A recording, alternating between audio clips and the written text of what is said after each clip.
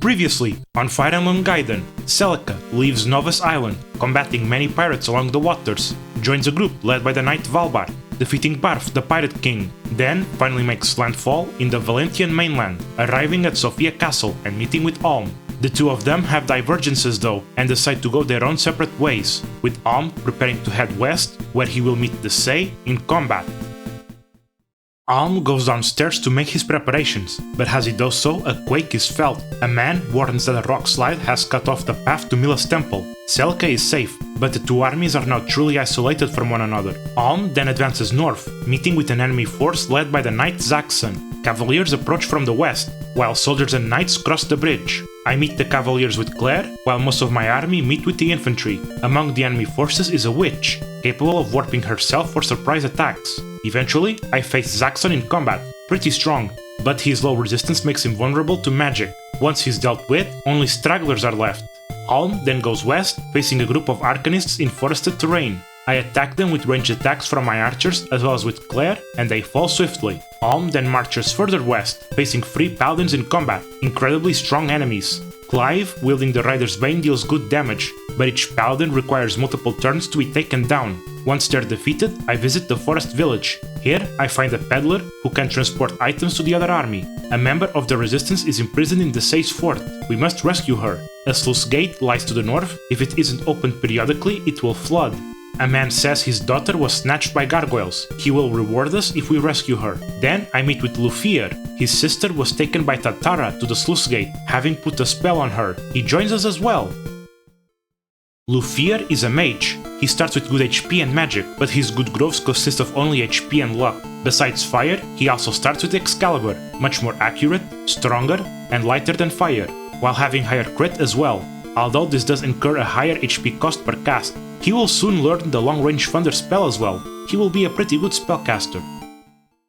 It's time to deal with that traitorous lout Desaix, so I siege his fortress. He deploys with knights and archers that will threaten the imprisoned paladin, a cantor who will summon revenants, and a remote arcanist that has the fortify spell for global healing and the offensive Mire spell, stronger than miasma, but is quite heavy. I send a small force consisting of Claire, Grey and Tobin to the arcanist, while I bait Desaix with Alm. Being a member of the Baron class, Desaix has incredible HP, attack and defense, with decent resistance as well. I then send Lufier to attack with Excalibur, landing a critical hit. As Desaix dies, he mutters something about Rudolph's son. I then deal with the remaining enemies slowly. The cantor is in a bit of an annoying position though, stuck in a corner, but he goes down either way. Now that I am inside the fortress, I open the chest holding a royal sword. It heals 5 HP per turn, has good might and crit, and is more accurate as well. I give it to Alm, the only one capable of using it, passing his lightning sword to Grey.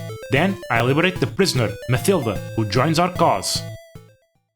Mathilda is a paladin, an 8 movement class that wields lances, the promoted version of the cavalier. She starts with great stats overall, with the exception of defense, although she has a good growth in it, as well as HP, strength and speed. Good bases, plus good growths, plus good movement make for an amazing unit. She will be great for the whole game.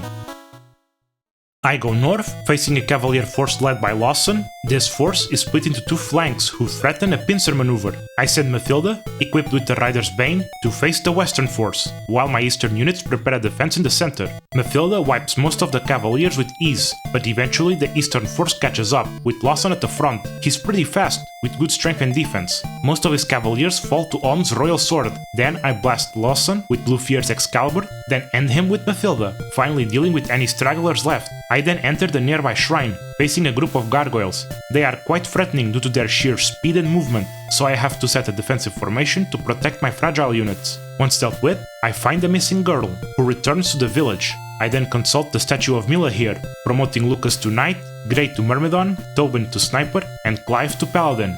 I then use the right lion head to max out the experience for Cliff, Python and Claire. Then I return to the forest village, opening the chest containing my reward, a Blessed Lance, which heals 5 HP per turn and is effective against monsters. I gave this one to Mathilda, taking the opportunity to shuffle some items around. I then move to the north, facing an archery force led by Gazelle. I send my forces to the bridge, defeating a sniper and a witch which have crossed, blocking the bridge with Clive. Gazel himself is quite a threatening enemy.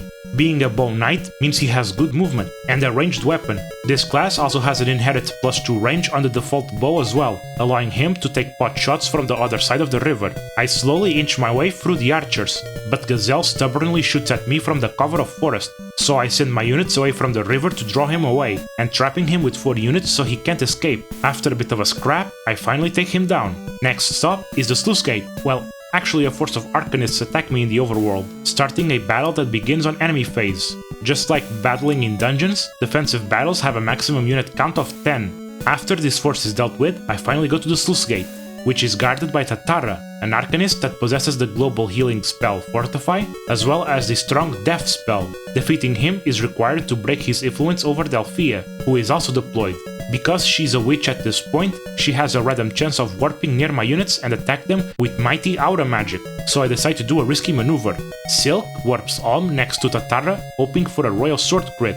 It only took me 2 tries to do that. The spell is now broken. Delphia comes back to her senses and leaves the battlefield. All that is left are simple Arcanists, which I defeat with the help of units such as Mathilda and Claire. With the Sluice Gate liberated, I talk with Delphia, Lufier's sister. Now that she's back to her senses, she joins our army. Delphia is a mage. She has good magic, speed, luck and resistance, having good growths in HP, magic, skill and luck. Not speed unfortunately, since besides the usual fire, she starts with the strong but heavy aura spell. Other spells on her list include the monster effective Seraphim and the strongest spell Ragnarok. She also starts with the Prayer Ring equip, which increases the critical hit rate to 100% if the wielder has less than 50% HP, though it also heals 5 HP per turn, so it is a bit anti-synergistic. Equipment aside, since I can give it to other units, she has incredible magic damage potential and can tank enemy magic units, but is frail physically. She is also incredibly unlikely to promote. I then talk to a man at the Sluice Gate. Apparently, he can open this gate unless the Sluice Gate at Mila's temple is also open, as the water flow would be too fast and cause a flood. Celica must reach her destination before any progress can be made. Alm has arrived at the Sluice Gate after facing many foes, including the traitorous Desaix. But as Alm has been traveling through the west, Celica has traveled the east side of the continent, traveling through a large desert and finally arriving at the Temple of Mila. Just what perils did she face in her journey? Thank you for watching, and I'll see you next time, as we go through Celica's travels through the massive desert as well as her arrival at Mila's temple.